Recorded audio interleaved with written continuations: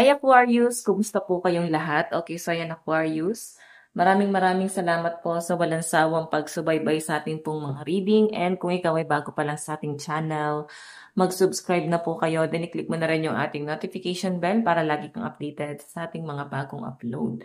So yun guys, sa mga interesado naman sa ating private reading, nasa description box below yung link ng aking Facebook, message nyo na lang ako guys, okay? So tingnan natin Aquarius. Okay, Aquarius, Sun, Moon, Rising, and Venus sign. Life update. Aquarius, Sun, Moon, Rising, and Venus. Aquarius.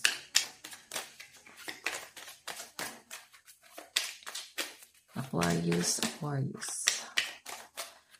Meron tayong I'm not okay. So, pwedeng makaka-feel kayo guys ng takot, kaba, lungkot, or pwedeng makaka-feel ka dito na parang hindi ka na okay talaga. Ayun yung sasabi rito. Parang kailangan mo na ng tulong. May mga agam-agam, ganun yung nakikita ko sa inyo. Yung iba naman sa inyo guys, pwedeng pagod na sa mga responsibility. Nakikita ko sa mga Aquarius dito na parang gusto niya na guys ng gusto niya na makaalis to sa sitwasyon mo ngayon. Or kung hindi man, no, pwedeng kaya mo pa naman magtiis. Kahit man lang tulungan ka. Kasi pwedeng napapagod ka na sa mga responsibilidad mo. Napapagod ka na rin sa mga iniisip mo. Yung iba sa inyo guys, bigla ka na lang guys nagkakaroon ng parang nagpapanik, no? Bigla na lang umaatake yung panic anxiety. So, bigla ka na lang nakaka-feel ng lungkot. Ayan, may mga kaba, takot. So, nandun sa sa point na na-excite naman kayo. I think may nangyayari dito na maganda naman. Na-excite kayo pero nakaka-feel ka ng kaba, takot, ganon. Tignan natin Aquarius, Sun, Moon, Rising, and Venus sign. Ganap po. Life update kay Aquarius. Meron po tayong cool, relax, everything is fine. So, yung iba sa inyo guys, pwede kasi na parang may mga tao sa paligid mo dito na sila mismo yung nag-emote sa inyo. Sila mismo yung hindi na talaga okay. Parang gusto nila guys ng tulong nyo. Okay? Gusto nila guys ng hindi man tulong lang sa parang guidance, advice, hindi lang dun eh. I think kailangan din nila ng tulong financial. Baka guys may umutang sa inyo, may malaki pagkakautang sa inyo. So, etong taong to guys, pwedeng hindi niya na alam kung saan siya lalapit, no? Hindi na niya alam kung sino yung tutulong sa kanya. Medyo nakaka-feel na rin guys ng pagod etong taong to. Pero ikaw siguro to, no? Ito yung taong involved sa'yo. Okay? So, pwede nyo guys i-reverse yung energy. Pwedeng ikaw to na okay lang, relax ka naman. Pero kailangan mo rin kasi yun. Kung may umutang sa inyo guys, ayan, like ko sabi sa inyo guys, iwasan nyo yung umutang ng sobra. Okay lang yun, sapat lang, pero wag sobra-sobra. Okay? So, eto pwedeng merong umutang sa inyo na sinisingil nyo guys, no? Tapos hindi kayo guys binabayaran, ilang araw na. Though, hindi ka naman kinakapos, kaya mo pa naman, pero kailangan mo pa rin yung pera na yon. Pero itong tao to guys, mukhang lugmok siya guys, no? Hindi niya alam kung saan siya kukuha ng pera, pambayad lang sa'yo.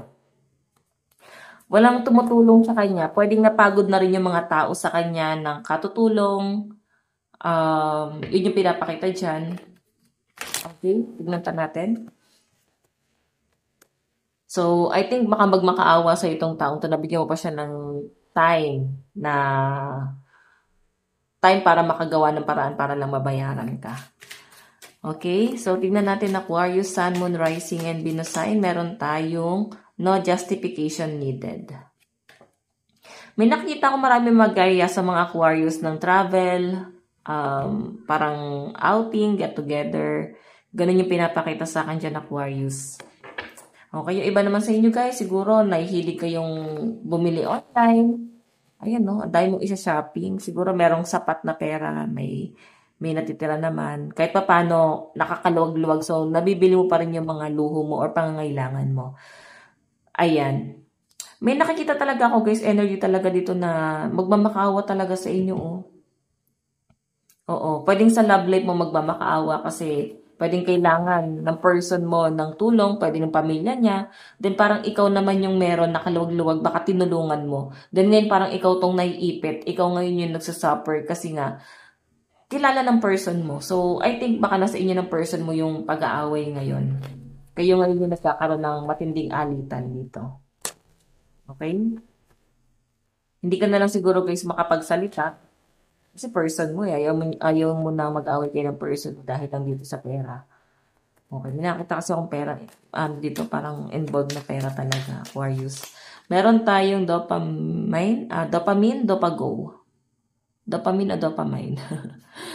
Okay, so sinasabi lang dito guys, ito kasi parang gamot to na makakapagbigay kaligayahan. So may addiction, no? I think nagkakaroon ka ng mga bagong hobby na nakakapagbigay guys ng kaligayahan sa inyo, natutuwa ka dito, nag-e-enjoy ka, and kahit paano guys, nare-release na tong bagay na to, yung stress mo, no? Okay, kung ano man to, malaking tulong to sa inyo guys. Okay? Parang ano guys kung ano man kung libangan mo, nauubos talaga nito yung oras mo. So, I think marami ka pang pwedeng gawin sa araw-araw. Limitahan mo lang guys kung nagiging addiction na yan. Though, nakapagbigay naman ng kaligayahan. Sige, sayang naman kasi guys yung ibang activities mo na pwedeng magkaroon ka pa ng pag-explore pero hindi mo guys nagagawa kasi nalilimitahan siya guys ng bagong hobby mo. Okay, so tignan natin Aquarius, Sun, Moon, Rising, and Venus sign. Meron tayong gata drink, may inuman talaga, oh. May paparating na ano sa inyo. Party to guys. Pwede this week or next week. May nakikita kong energy na marami ka makakasalamuhang tao dito. Okay, pwedeng maimbitahan ka o pwede ikaw mismo magpapa-party. Okay, so meron tayong just pack it. Medyo naiirita ka guys wala ka na, parang hindi ka maawa dito, kailangan mo yun Kung may umutang talaga sa inyo guys, hindi ka naawa sa taong yun, naiirita ka kasi dinamay ka pa Okay? Siguro nung nanghiram sa inyo ng pera, Aquarius, hindi nagdalawang salita itong taong to guys, talagang tinulungan mo siya.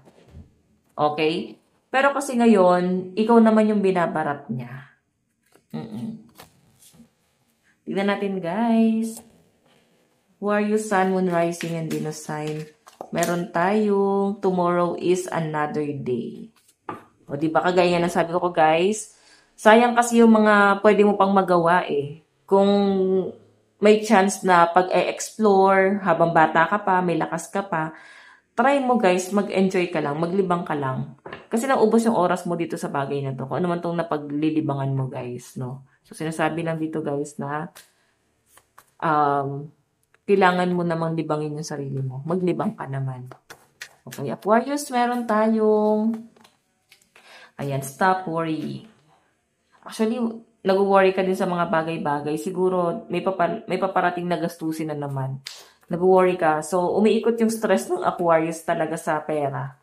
Okay, pwede ikaw ito may pagkakautang or pwede sila may pagkakautang sa inyo guys, no? Dahil mong worry guys. Yun yung pinapakita. So, tignan pa natin Aquarius. Advice for Aquarius. Advice po kay Aquarius. Aquarius, Sun, Moon, Rising, and Venus sign. Aquarius, Sun, Moon, Rising, and Venus. Meron po tayong your mind is an altar to source energy. Okay, so kitang-kita mo yung mga nangyayari na gaganap sa paligid mo. Ang galing mo mag-observe, no? Yan ang nakikita ko sa mga Aquarius, malakas yung pakiramdam mo. So, gamitin mo yung instinct na yan para hindi ka naiisahan. Okay? So, Aquarius, ito lang po ang inyong reading. Maraming salamat po. God bless and love you all. Bye-bye!